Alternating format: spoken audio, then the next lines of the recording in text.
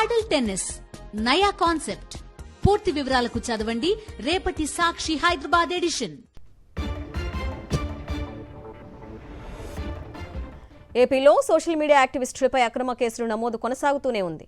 పశ్చిమ గోదావరి జిల్లాలో కూటమి ప్రభుత్వ బలవంతపు కేసులు, వేధింపులు ఆగడం లేదు. జిల్లాలోని ఉండి మండలం ఉనదుర్రుకు చెందిన న్యాయవాది గొర్రుముచ్చు సుందర్ కుమార్పై అక్రమ కేసు నమోదైంది. వైఎస్ఆర్సీపీ ఎస్సీ సెల్ రాష్ట్ర మాజీ కార్యదర్శి అయిన ఆయన్ను ఈ తెల్లవారుజామున అరెస్టు చేశారు ఉండి పోలీసులు. ఇటీవల సుందర్ కుమార్ను పార్టీ జిల్లా అధికార ప్రతినిధిగా ప్రకటించింది వైఎస్ఆర్సీపీ. సోషల్ మీడియాలో యాక్టివ్గా ఉంటున్న సుందర్ కుమార్ను టీడీపీ నేతలు టార్గెట్ చేశారు. వారి ఆదేశాలు అందించే తడవుగా ఆయనపై కేసు నమోదు చేశారు పోలీసులు. తెల్లవారుజామున అరెస్టు చేసిన సుందర్ కుమార్ను ఉండి పోలీస్ స్టేషన్లో విచారిస్తున్నారు. అప్డేట్స్ మా ప్రతినిధి పోతురాజుని అడిగి తెలుసుకుందాం. పోతురాజు, చెప్పండి, ఏపీలో ఈ అక్రమ అరెస్టులు అనేది కొనసాగుతూనే ఉన్నాయి. ఇప్పుడు సుందర్ కుమార్ పై కూడా అక్రమ కేసు బనాయించి తెల్లవారుజామున అరెస్టు చేయాల్సిన అవసరం ఏమొచ్చింది?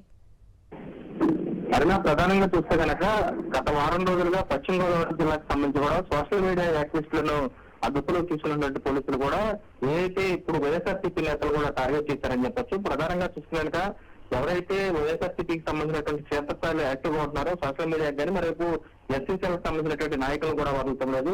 ప్రధానంగా చూసుకుంటే ఉండి మండలానికి సంబంధించినటువంటి ఉణుదూరు గ్రామానికి చెందినటువంటి టీడీపీ నేతలు ఇచ్చినటువంటి ఫిర్యాదుతో కూడా వైఎస్ఆర్సీపీ ఎస్సీసీఎల్ రాష్ట్ర మాజీ కార్యదర్శి ఎవరైతున్నారో సుందర్ కుమార్ కూడా తెల్లవారుజామున పోలీసులు అరెస్ట్ చేశారు.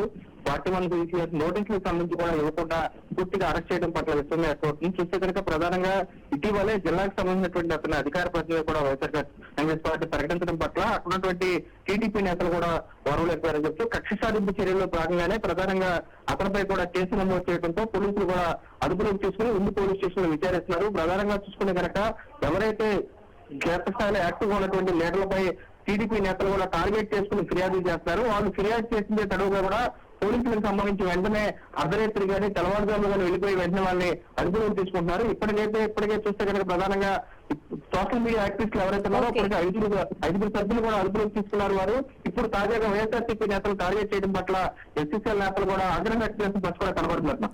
Okay Poturaju, thank you.